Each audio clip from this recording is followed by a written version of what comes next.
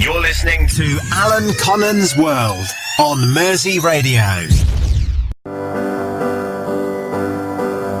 Many people face doors slamming in the face. It's part of being in the human race. Keep going if you feel a reject. Keep going, keep going. Don't let a disability make you bitter. Show the world you're not a quitter. Don't let those dreams be dying embers. Keep going, keep going. 'Cause everyone is something to give. Remember that as long as you live, and everything worth having was worth fighting for. Even if losing sometimes feels so. Sitting in your lonely room, don't let your thought pull you down and lose the best years of your life. Keep going, keep going. Don't let those hopes sit on the shelf before it's late and you'll regret. So take a chance and take it back. Keep going.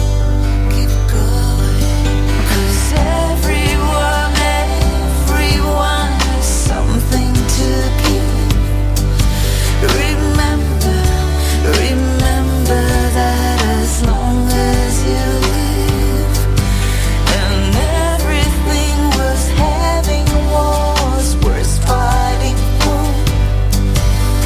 Even if losing sometimes feels so. Don't give up, don't give up, don't accept defeat. Keep fighting like Koren. And everyone is something to keep. Remember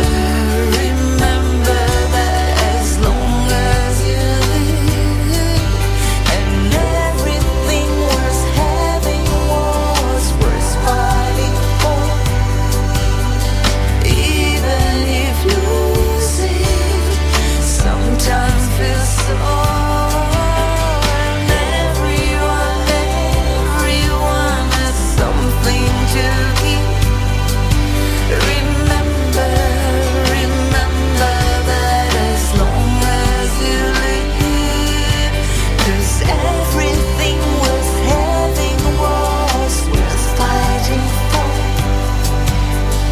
Even if losing sometimes feels so. So keep going even if you feel a reject. Keep going, keep going. So keep going even if you feel a reject. Keep going, keep going. So keep going even if you feel a reject. Keep going. Well, that beautiful song was by somebody called Koren. You've heard me speak of her before, and that was Keep Going. It's about people having doors slammed in their faces, and you've just got to keep going. Be positive about all these things. And there's a certain amount of that in the backstory with my very special guest. It is Koren herself. Hello, Tally.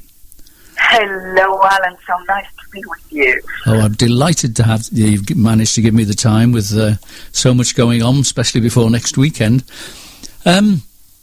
You have written recently a song called Beauty of the Duty. Now, one of the things that you do, you're motivational. We'll mention about the fact that you're an award-winning, and the poetry competition shortly. But you go into schools and you motivate children. I just read a quote out here from a little boy called Bobby, aged 12, at St George's Catholic School in Maida Vale. He wrote to you and said, "Since you visited our school, whenever I'm downhearted or I've lost faith in myself, I always think about the quote you taught us, that the only thing holding you back is yourself. You're an amazing inspiration." And that message is the chorus of Beauty of the Duty, isn't it, really? It is, and when you were just reading it, I had goosebumps, and that is so nice because that's my purpose. Because when I decided to release my first single in the UK, so I came here with one suitcase to make my dream big, and it wasn't easy. I didn't know anyone, but finally I made this album, and the radio plugger told me there is no way Jewish, Israeli, and over 40 will be played on a national radio station. So I had to listen either to myself and to the dream I have, or to the radio plugger. They told me just close everything, don't drink, don't waste your money, don't waste your time. So I listened to the chorus of this song, and what I do to children in school, I sing to them, the only thing that holds you back is you. The only thing that holds you back is you. And I'm telling them there will always be people that will hold you back, from your own parents, brother and sisters, family, teachers. But if you have that dream, if you believe in yourself, then just don't let anyone hold you back. So that's what I do at a very early stage to children, to really encourage them to find that treasure inside them. That's a wonderful thought. You've just reminded me of an interview I did some years ago with one of your countrymen, actually, Uri Geller. And he was giving motivational talks to schools at the time with very much the same message. Although his thing was clouded with television bending spoons and one thing and another, he was very much a positive, a source of positivism, if you will. That's a difficult word to say. Definitely, yeah. You're releasing Beauty of the Duty on the 18th of September officially, which is a very significant date because you studied at a Jewish university, didn't you? And you did rabbinical studies, one thing and another. It is a significant date because it marks the Jewish New Year. Is this a sort of way to encourage young people and people of any age? It's a good time to turn over a new leaf, listen to the positive side of life instead of all the negative things we're doing with the lockdown and one thing and another, which is depressing a great number of people. Absolutely. I think we are in the most difficult stage of life in the world. I mean, just to watch the news, the disasters, it just constantly all the time. So we have a choice here, either to go and make the most of this time, because we have more time on our plate. And I'm in quarantine now for 14 days because I just arrived from Israel, and I cannot even go downstairs to walk by the river, and it's very hard, but I just decided to turn it and to do something positive with the time. There is, each one of us always has things that we delay, we postpone, we say tomorrow I will do it. Do it now. It will make you feel good. I wake up at 6 o'clock in the morning now to do exercise, and I feel great. Well, it's the best time of the day. I actually get up earlier than that because I started to do it years ago. And when you hear the dawn chorus, and I used to take my little dog out for a walk. Sadly, she's not with us anymore. But it's the most beautiful time of day when you can gather your thoughts because there's no traffic. And the dawn is just coming up. Sometimes depends on the time of year. The air smells fresh because there's no. As I say, no traffic, no pollution. It's a wonderful time of day. So, today I was tweeting, so I wake up at 6, and I was tweeting if I should start to wake up at 5, because there is a 5 a.m. club that's a famous guru in America that also motivational speaker created. But I don't know. 5 a.m. when I wake up, it's beautiful, but then I'm tired during the day, and I think so I don't know yet what to do, but I will decide. Well, and another thing about Rosh Hashanah, which is when it celebrates the birth of Adam and Eve in your religion, and it's also it's a day of judgment. Now, do you think people will be judging themselves in these difficult times, or will they be judging others? Will they be judging government? Will they be judging the health service? Is it a day of judgment for all people about all things?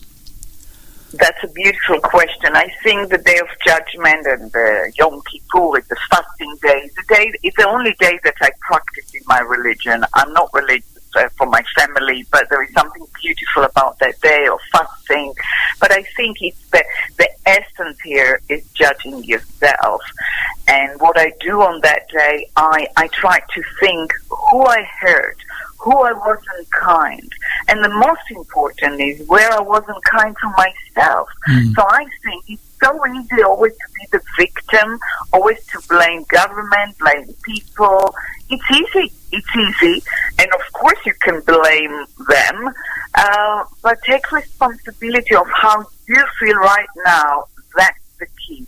What can I make my life better? And believe me, I was in hospice for 25 days. I was 5 years in a hospital, accompanying my husband for his cancer chemotherapy treatment. But you know what I did? I sat with my laptop and created the National School Poetry Competition to encourage children to write poetry, because it was a better, more positive thing to do. So it's easy to blame other, and we all do it with blaming our parents, which are the main thing and cause for holding us back. And believe me, when you hear my story on the social media, I've got this against all odds that I'm sharing my story, how my father said to me, "Why do you want to be a singer? You cannot sing like Celine Dion." And so, believe me, they hold us back more than anyone else. But it's our choice at one stage in our life to say enough is enough. And the beauty of the duty is let the beauty of us be fulfilled and share it with the world. Yeah, I take your point. I think a lot of things about the parents you were mentioning there is in their children, they see a potential of their own unfulfilled ambition, and they try to transfer it to their children. You must do better than I did. I made mistakes along the way. It's me to teach you not to make mistakes. And of course, everybody has to make their own mistakes. It's how we become people, rounded people. Absolutely. Only through mistakes we learn, and that's why I always say take the minus and turn into plus, because every failure we can learn from it. But the thing is, with parents, the lucky people in the world, like famous people that made their children to be the best tennis players, singers, Mozart. If you look at Mozart, his father was, in a way, his mentor. But many parents project their fears and actually hold back the children. So you have both of them. Well, for every encouragement, you mentioned Mozart's parents, don't forget he had Salieri in the background trying to thwart him all the time. So there's a good angel on one shoulder and a devil on the other for everybody, I think. Always. And the beauty is to really choose the good angel. We'll have always bad experiences, encouraging people and failures, but it's what we do with them, and we have to fulfill. I think that's the main message of beauty of the duty. What holds you back? Well, coming to the National Schools Poetry Competition, which you founded and has gone from strength to strength, it was with a great deal of dismay a couple of months ago that I saw that English literature O-levels and A-levels now will not be including poetry in the syllabus. Really? Yeah, absolutely. Oh, wow. My son-in-law has an English literature degree, and I was on one occasion, we were watching something like University Challenge, and I answered a question on Shakespeare. And I said, "Oh, you didn't get that one, Colin." And he said, "Oh, we didn't do Shakespeare." And I said, "You've got an English literature degree." He said, "Oh, we didn't do the old stuff." The old stuff, my God! Wow! And then, to compound things. Excuse me, tripping over my own words here. poetry has been removed from children's syllabuses, apparently, and that is the truth. And that dismays me, because poetry is such a beautiful medium. You can say in just a few words, you can crystallise a moment, you can crystallise a lifetime. But just in words, in a few words, there are so many beautiful poems. Everybody can quote some lines from poetry, but to encourage children to write poetry, which is one of your aims in life and your successes, of course, is a very notable achievement, I think. But I tell you what I do with children is not everyone has a gift to be a poet. So what I let children is to express what they feel. Just let them understand the process, that actually simplicity of lines, that's what make a good poem to be successful. So I just really encourage them in workshops and when I visit in school, just write what you feel. And sometimes you get magical things. Absolutely. We're eroding things. I mean, when I was at school, I don't know about your age, we did grammar, punctuation, spelling. That's all out the window now. They say that my little grandchildren are taught spelling will come later. For now, just put down on paper. We'll know what the words are supposed to mean. I think, what the devil's going on here, you know? Anyway, we're flying off target just a little bit. Yes. You've established this national poetry thing, and you visit schools, of course. But during lockdown, for the last 6 months or so, you've been unable to visit schools. But you did set up a series of video in classes, didn't you? Sort of 5 o'clock in the evenings. There were two Liverpool dates, I noticed. That's right. So I did a virtual tour. I Zoomed with children, and it was actually quite fun. I got feedback from the parents that it really helped the children.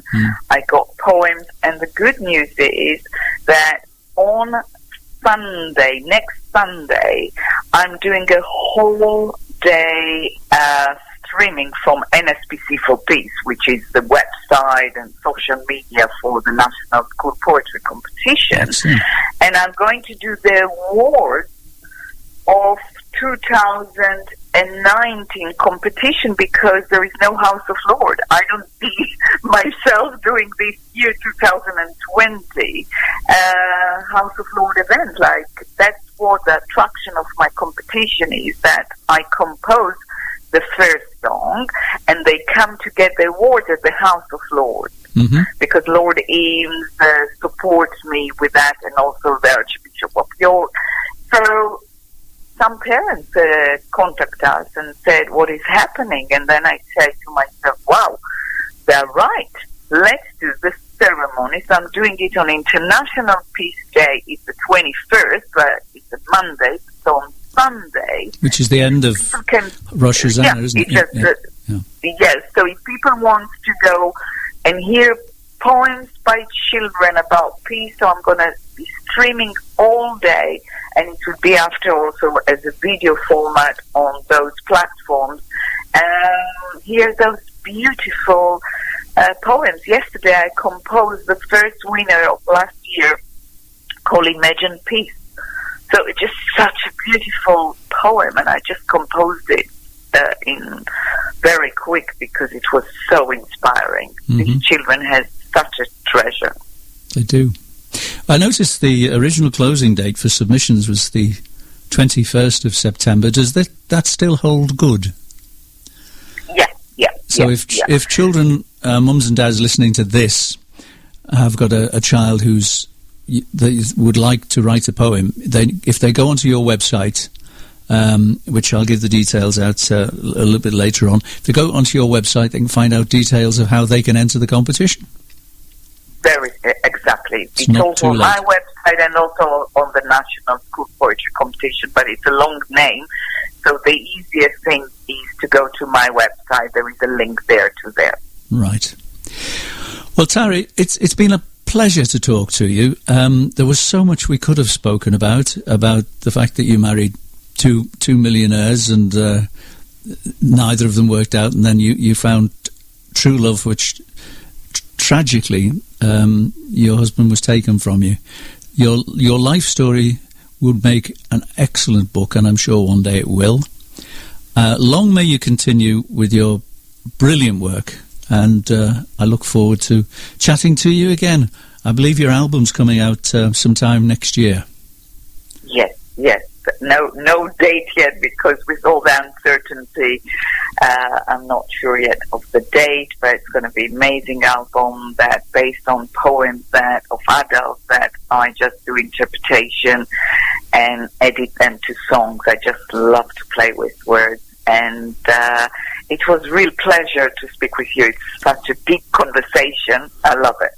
Thank you very much indeed. Well, here is the song we've been talking about. It's Tally Koren's Beauty of the Duty.